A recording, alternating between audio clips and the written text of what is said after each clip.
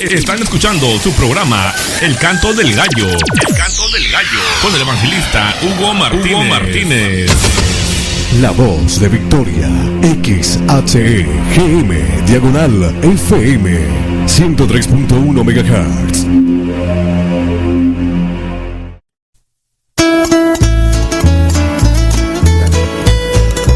Escuchen la voz de Victoria, la estación de bendición.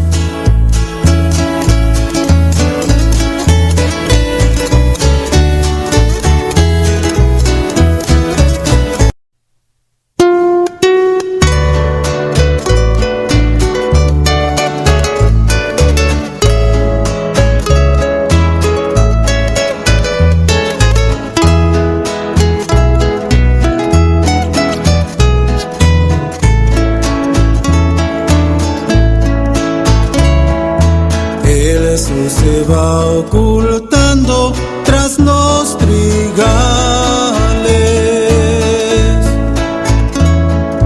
Viene la negra noche con su pavor. Por valles y collados, por los zarzales. En busca de su oveja va el buen pastor. Eres tú esa oveja, la oveja perdida que busca el pastor. Eres tú.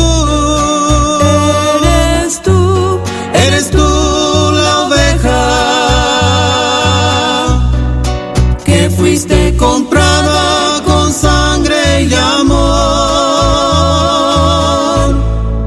Ven a mí, mi querida oveja. Desde aquí escuché tu queja y he venido a buscarte y conmigo llevarte al redil.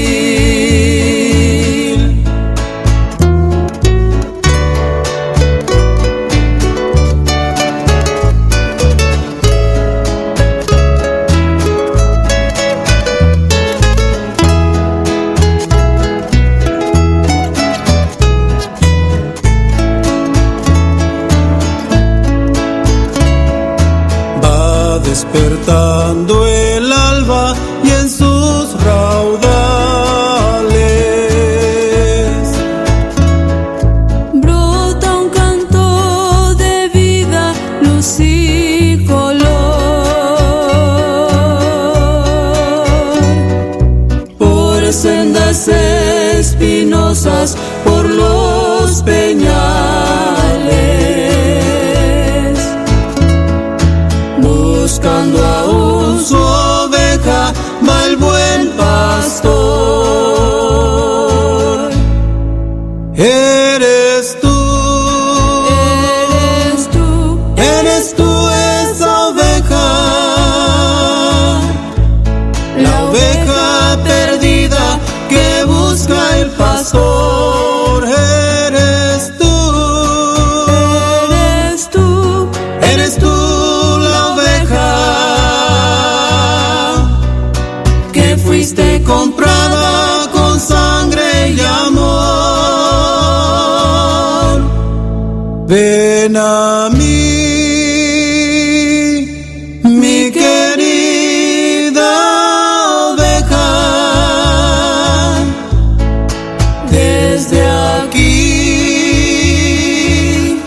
escuché tu queja y he venido a buscarte y conmigo llevarte al redil.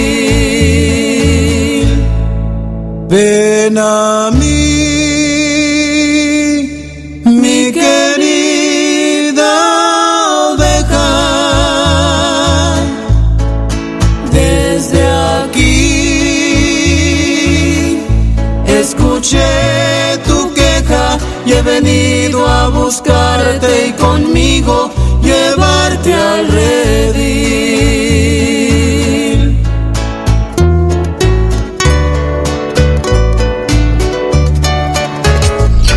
Están escuchando su programa El Canto del Gallo. El Canto del Gallo. Con el evangelista Hugo Martínez.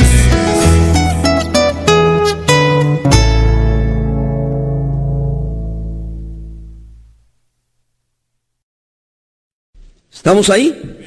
Así que los que recibieron su palabra fueron bautizados y se añadieron aquel día como 3,000 personas. Oiga, 120. Ahora se nos habla que se añadieron a los 120, ¿cuántas personas? 3,000 personas. Vea conmigo el versículo 47 de Hechos 2. ¿Estamos ahí? Dice que estaban alabando a Dios y teniendo favor con todo el pueblo, y el Señor añadía cada día a la iglesia los que habían de ser salvos. El Señor añadía.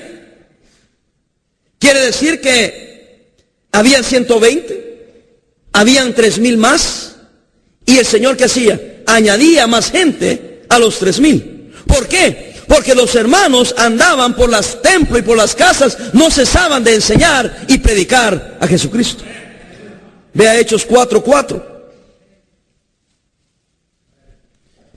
Pero muchos de los que habían oído la palabra creyeron, y el número de los varones era como 5,000. 120, 3,000. Otros eran añadidos a esos 3,000. Y ahora se nos da el número de los varones, solamente eran ¿cuánto? 5,000. Empieza a sumar. ¡Qué tremendo! Ve el versículo 32 del capítulo 4 de Hechos.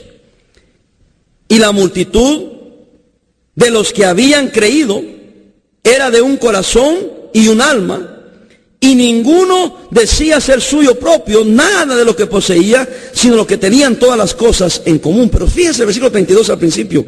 Y la multitud de los que habían creído. Ya no se nos dan números. Ahora se describen como ¿qué? Multitudes. Hermano, al pensar en multitudes, tengo que usar como referencia los números que se me habían dado. Si ya se me habían dado 3,000, 120, 3,000, otros se añadían, se me habían dado 5,000, tengo que pensar que por lo menos eran arriba de 5,000. O de 8,000 o 10,000. Se cree, hermanos, que las primeras 5 semanas, la iglesia en Jerusalén tenía por lo menos 35,000 miembros. ¿Alguien está conmigo? Ellos no dijeron, vamos a buscar un método para que la iglesia crezca. No, ellos fueron obedientes al mandato de Dios. Sigamos adelante porque no para ahí, hermanos. Hechos 5:14. Y los que creían en el Señor, oiga, aumentaban más, gran número, así de hombres como mujeres. No para ahí. Hechos 6:7. Y crecía la palabra del Señor, y el número de los discípulos se multiplicaba grandemente en Jerusalén. También muchos de los sacerdotes obedecían a la fe. Quiero que vean, hermanos, que dice que se multiplicaba grandemente el número de los discípulos. ¿Cuántos habrán habido ya? Miles y miles y miles. No termina ahí, hermanos.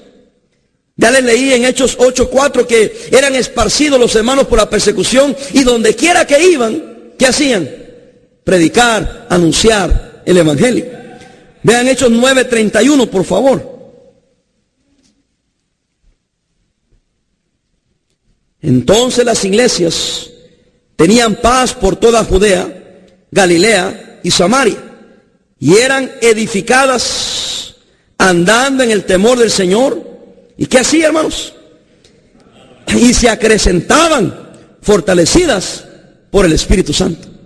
Hermano, cuando yo oigo de multitudes, crecía en gran número, se multiplicaba, se acrecentaban, estoy pensando en miles y miles y miles de personas que se añadían a la iglesia, pero alguien tenía que hablarle de Cristo.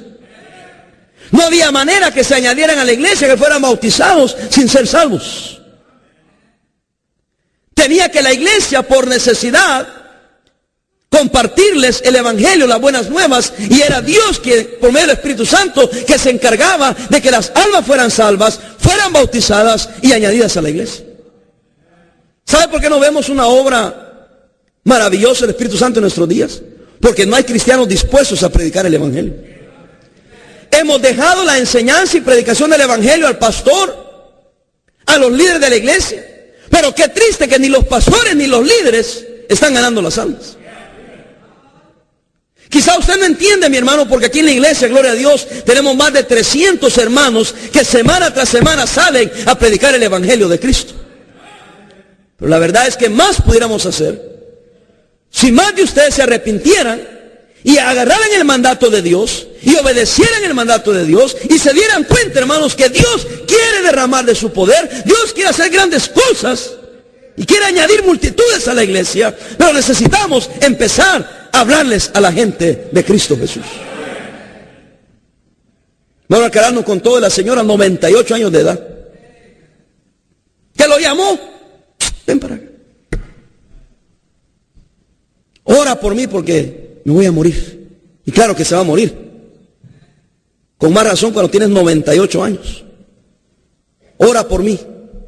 Pero la necesidad más grande de esa anciana no era que oraran por ella. La necesidad más grande era que le hablaran del evangelio de Cristo Jesús. Y ella, sabiéndolo, viviendo tantos años, dijo, cuando le pregunta el hermano, ¿está usted 100% segura que cuando muera va al cielo con Dios? Dijo ella, no. ¿Por qué? Porque soy pecadora. Y se tomó que alguien le hablara de Cristo, para que ella con humildad aceptara a Cristo como su Salvador. Y entonces en ese instante pasó de muerte a vida. Pero si no hubiera habido el ganador de almas, ¿a quién llama la señora? Ven para acá, a un testigo de Jehová. Ven para acá, a un mormón. Ven para acá, a un adventista. ¿Alguien está aquí? Ven para acá, ora por mí que estoy enfermo, y hubieran hablado hasta en lengua sobre la señora y se hubiera ido al infierno de la misma manera. La necesidad más grande del pecador es que haya un ganador de almas que sea sabio, que sea obediente, que le hable a la gente de Cristo Jesús. Hechos 17:4.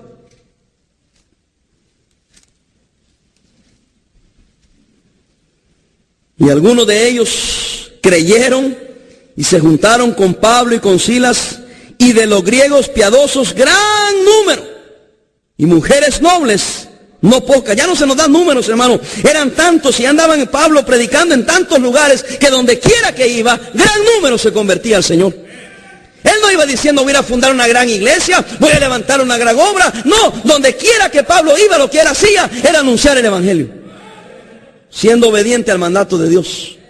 ¿Y quién era el que hacía crecer la iglesia? Era Dios y el evangelio, que es poder de Dios para salvación.